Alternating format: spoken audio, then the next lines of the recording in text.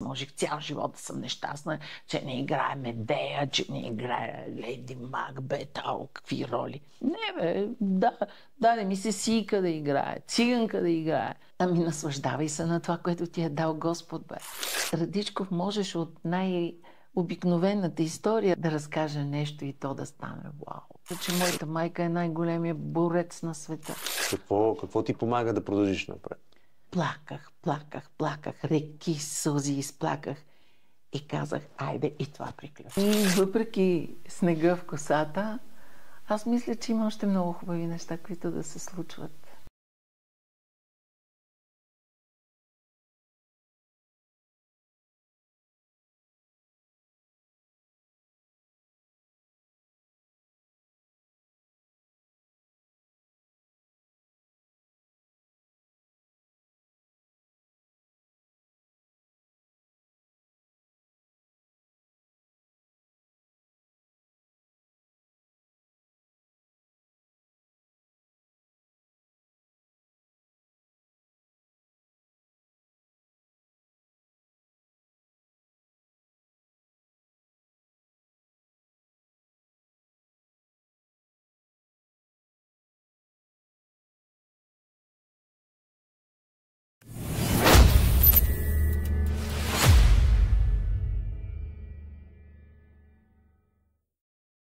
Здравейте отново, продължаваме с Марта Вачкова, втората част на нашия разговор. Марта, ние с едни минорни тонове приключваме последния разговор, но нека да се опитаме да продължим по същия начин. Защото... Каза той, смейки се. Да, защото на мене ми е много, много топла и любима темата за тяхното приятелство с Радичков, тъй като аз изпитвам пиетет към двамата. Откровено ти казвам, и до ден днешен имах голямото късмет и удоволствие да контактувам спорадично с Радичков покрай моите родители. Да. И те са със сходен происход. Те са от Северна България и двамата. Да, от диво бедни села. Да, с нищо предполагащи места, това, което става един, кое става друг. Един от най-значимите български писатели. Да. И то, като говорим за Радичков, ние говорим за световен писател. И то дори бих казал надсветовен. Отново, ако трябва да говорим за младите, не знам доколко те познават неговото творчество. И доколко то е достъпно в момента за тях с тази бързина, с която се развиват нещата, но защо те толкова обичаха един друг? Се обичаха един друг? Виж, Радичков, всички го обичаха. Той баща ми си имаше така, нали, своите почитатели, но някак си те двамата се усетиха, ти си прав, това е от северната дива страна, където живееха. Баща ми на река Осъм е роден едно малко село Трънчовица. Радичков, знаете, неговото село Климаница, което ги изселват заради този язовир, който Михайловград. Да.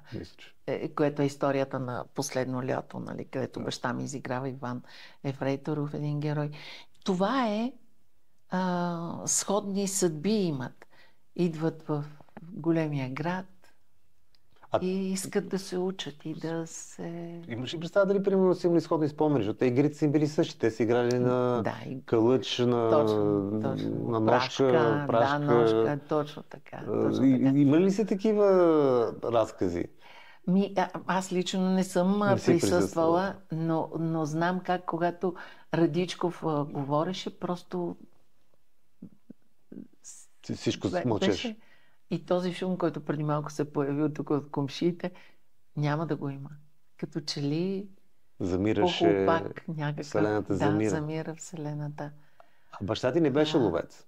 Не, баща ми не беше ловец, но умираше да слуша техните разкази. В Радичков често идваше и Емилиан Станев. И баща ми умираше да ги слуша и казва. И после е така копнееше да слуша разказите. Помня забележителния разказ за дето беше убил вълчицата с малките и после вълка дойде до дъщеря му в двора. Помниш ли тази история? Да. Много хубав и бохемски живот имаха. Те не седяха да философстват само, разбираш ли. Радичков можеш от най-обикновената история да разкаже за една пилешка чорба, която хапваме, да разкаже нещо и то да стане вау, да излети в космоса. Но те имаха купони, танци. Радичков много танцуваше, страхотно танцуваше. Така светкаха му очите. Маскен балове правеха страхотни. Имаха една прекрасна луда приятелка, художничката Мария Столарова. Се маскираше, се нещо измисляха. Златка Дъбова. Вчера говорихме с тебе за нея. Да, Ичо Ненков. Ичо, точно така. И правеха страхотни партита, купони. Любчо Левчев, Дора Бонева. Много хубав такъв живот. Общи ваканции на морето? Винаги. Винаги заедно на море. Винаги. Те в станцията на писателите, а ние в МОЖ, Международния дом на журналистите, една спирка разстояние. Варна. И винаги заедно. Да. И вечер родителите ни, като ходят на бар, някога се ходеше на бар, и аз ходех да спа Илио Албенчето и Палио Вежинов, Илио Роза и Митко Радичкови, Илио Марта и Владо Левчеви. Ме оставяха някъде при някого. Иглика Русева, на Колю Русев и на Люли, дъщерята и Боряна, Иглика и Боряна. Фантастично детство покрай тея наши родители. И наистина знам, че всичкото щастие в моя живот е от моето детство. Всичкото е от тогава. Ето това много човешкото, така би трябвало да бъде. Ако вземем идеалистично човешкия живот, би трябвало от детството му да е най-щастливия период на живота му. И затова и Шамара беше страшен на 20 години, като татко си отиде, защото взеха ми най-хубавото. И изобщо, какво ще бъде от тук нататък? Добре, искаш ли да се опитаме да извадим някаква поука от това нещо, специално и за зрителите, няма значение дали са млади или възрастни, как все пак да дадем някакви съвети, как се преодолява такова страшно нещо? Какво го заменя? Какво ти помага да продължиш напред? Какво ти позволява да оцелееш? Знаеш ли, страхотно е, че аз всъщност никога не съм се гневила, че ми е отнет. Някак аз го обърнах да съм благодарна, че имах 20 години. Най-близкият ми човек в този момент е Владо Пенев. Аз съм неразделна. В този момент. Той беше до мен. Той е най-близкият ми човек. Това е любовта ми. Той е загубил баща си на 4 месеца, е бил бебе. Той няма никакъв спомен от него. Може би това беше ключа за да си изработя това, да съм благодарна, че го имах. Благодарна съм на всеки миг, който го имах. И благодарна съм, че всички го знаят, помнят го и който ме срещне ми говори за него. Всеки. Ти знаеш ли с баща ти какъв спомен имам? И това, аз знаех, че той живее по този начин. И някак си не се гневях, а благодарях. Това беше. Това е ключа ми. Така си го обяснявам. Защото, знаеш ли, аз години всъщност не плачех. Аз не плачех. И започнах да плача, когато го видя в някакъв филм по телевизията, въртат и повтарят, филм, в който той се смее. Това ме убива. Ама истински, когато от душа се смее. С отворена уста, с дълбок гърлен смях. Това за мен е ад. Да го виждам щастлив. Когато е драматична, тежка роля, аз съм там с него в драмата. И всъщност, когато отпуснах да плача, аз чух, че плача, ама с глас. И викам, Боже, какво е било това? Защо съм го държала? Защо съм го отдържала? И изтискала в себе си. И почнах много да плача за него, защото наистина много говорихме за него, всички говорихме за него. С приятелите ми, с техните приятели на мама, на татко. И плаках, реки сълзи изплаках и казах, айде, и това приключих. Колко време след кончината? Да речем 3 години. Много дълго беше. Много дълго съм стискала. Защо съм мислила, че е толкова важно да съм герой, да стискам зъби? Защото си била в стрес. Да, може би в стрес. Да. И защото, нали ти казвам, аз обръщах на не страдание, а благодарност. Да.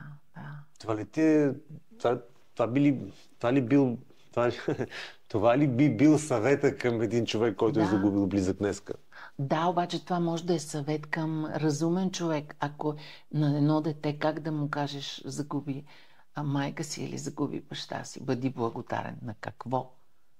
На едно дете какво може да му кажеш? И то няма значение дали загуба от смърт или от разделянето на майката и таткото се разделят. Защо живея само с единия? Защо виждам по-рядко другия? Разделите. Защото раздялата дали е смърт или е развод, тя е раздяла и е драматична за едно дете. Към по-зрелия човек това е наистина... То не е съвет, това е моя урок. Послание, да. Наистина, да сме благодарни, дяло да го вземе на това, което сме имали. За миговете, които сме имали с него до този момент. Да. Но майчината и бащината любов към момче или към момиче са много различни понятия. Нали? Когато едната е безапелационна, другата е малко подкрепа, може да кажем и ти, когато в един момент загубиш баща си и тази сигурност. Сигурно да използваме тази дума. Сигурност и подкрепа. Сигурност, да. И останеш сам и разбираш, че всичко зависи вече от тебе. Да. Един тежък момент. Как се преодолява? Тежък момент, обаче се оказа, че моята майка е най-големия борец на света. Тя ни спаси, тя се научи да работи, тя се научи да печели пари, тя се научи да изплаща апартамента, да построи къща друга. Тя, майка ми, е изключителен човек. Войн. И сега аз не знам това. Толкова ли е хубаво и толкова ли е важно ние жените да сме толкова силни, дявол да го вземе. Аз мятам, че и много съм загубила от това, че и аз се държах като войник да не страдам, че татко го няма и да не чувам, че около мен всеки казва, че съм връзкарка, че съм дъщеря на баща ми. Да съм рамо до майка ми в битките на този живот. Загубила съм женственост, загубила съм това, че не можах да направя семейство, да направя здрав брак. Всъщност аз никога не съм имала брак. Намираш и връзка. Нещо ми е взело. Да. Това, че го загубих толкова рано, всъщност аз през цялото време съм търсила него. Някакъв такъв като него. А то като него няма. Алфа мъжкар. И може би това ме обрекло на някаква такава пък моя самота. Нали? Не се оплаквам. Толкова приятели имам. Такива. Благодаря ти много. Хубави приятелства Благодаря ти много за откровен разговор и все пак аз се опитвам се някакси да извлечем някаква полза, не само да е един поток на съзнанието, в който хората да те гледат и да се преживяват с това, и да може да извлечем някаква полза за самите тях, защото тази дупка, която се отваря след загубата на родителите, не може да бъде запълнена с нищо. Тя си остава до края на живота ти. Искам да кажа нещо, щом ти казваш, че търсим нещо, с което да сме полезни. По-скоро, значи майка ти е била, да речем, страхотна съпруга, била е фантастична майка. И ти смяташ, че трябва да повториш същото. Не, човек, твоето призвание може да е друго. Трябва да се вслушваме в себе си. За какво съм тук? Защо съм на тази земя? Какво трябва аз да свърша? Аз разбрах, моята работа е да правя приятелства, Мише. Моята сила е там. Аз не съм нито голямата домакиня, нито най-прекрасната майка, съпруга. Никога не станах. Аз съм родена да бъда приятел, да бъда верен другар. И не се упреквам, че не съм страхотна съпруга. Да, не стана от мен това. Обаче стана страхотен приятел. И аз виждам моето щастие в това. В личен план говоря. Същото и за работата. Да, много, с нощи с едни приятели говорихме много за Тенис и Уилямс. Да, много исках да играя Тенис и Уилямс, като бях студентка. Разбрах, че това няма да стане. Други роли са ми дадени. Не е с тая физика, с това лице. Други роли. Ами наслаждавай се на това, което ти е дал Господ, бе.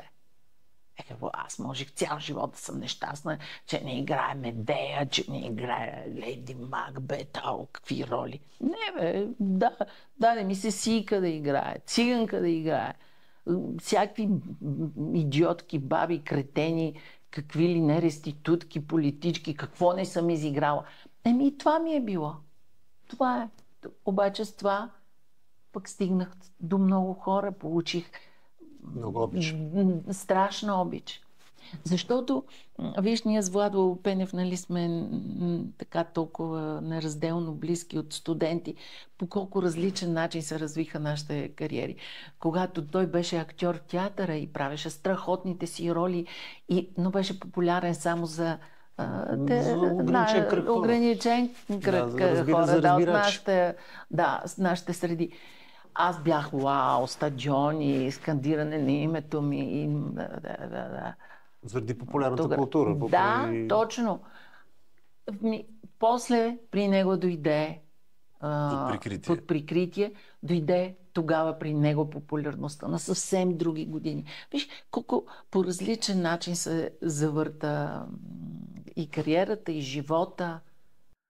Но това до някаква степен следва да му позволи той да акцентира върху театралната си роли, защото интересът беше много различен към него. И отидаха и го видяха всъщност какво прави в театъра. Той надгради допълнително, според мен поне. Но аз защо го казвам? Защото аз можеше да съм нещастна, че не правя театрална кариера, докато правех популярността си, нали, постигах. Той можеше да е, леле, гледай тази и печели пари и сега и ги е известна и виж как всички дава автографи и той да си казва, леле, аз не правя каквото трябва. Всеки от нас с различните си пътища, ние си вървяхме по абсолютно различните творчески пътища и всеки беше доволен и благодарен за това, което му се случва. И знаеше, че това си е моята партина, а това е твоята партина. Кога си млад, въпреки годините, когато си готов още да се учиш и когато чуваш, когато ти се прави бележка. Ти наистина ти остаряваш, когато престанеш да се учиш. Точно, може да си остарял на 30 години. Аз ги гледам там по разни реалити предавания. Той се мисли, че за Бог, че знае всичко или някаква там. Мисля, че знае всичко. Ма ти значи си вече стара. Ти си по-стара от мен. Сега да кажем край. Сега казваме край, но следващото седмица ще е за настоящето и за бъдещето. И това за нашето виждане с Марта, моето и нейното, по-скоро нейното, защото тя е важния гост днеска. За това къде се намираме днеска и може би какво предстои. За това ви благодаря и до след малко в трета част Марта Вачкова, настояще и бъдеще.